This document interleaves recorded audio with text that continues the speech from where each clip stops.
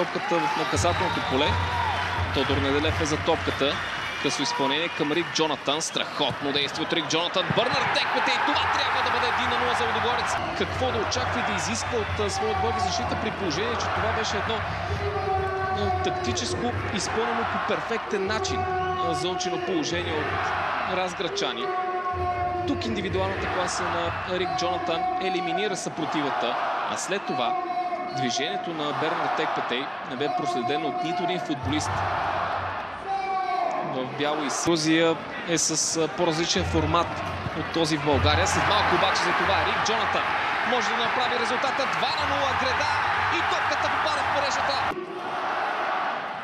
Високо изнесен отборът на Динамо Батуми, опитващ се да открадне топката в близост до наказателното поле на Серджио Пат, но това следва когато срещу теб е, можем да кажем, по-класен отбор, който умее да се измъква от подобни ситуации.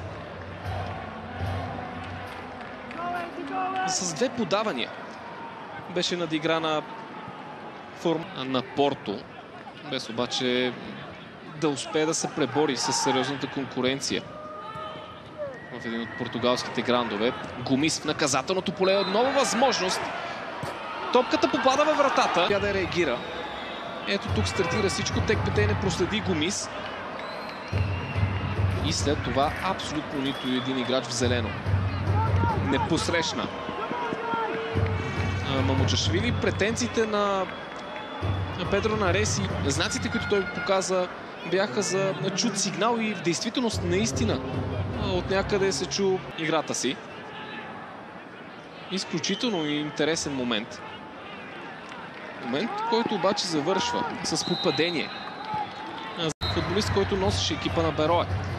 Фон Витри ще стреля с прекрасно изпълнение. И така че към момента амбициите на Динамо Батуми да бъдат замразени. Никакъв шанс за Рикардо Силва.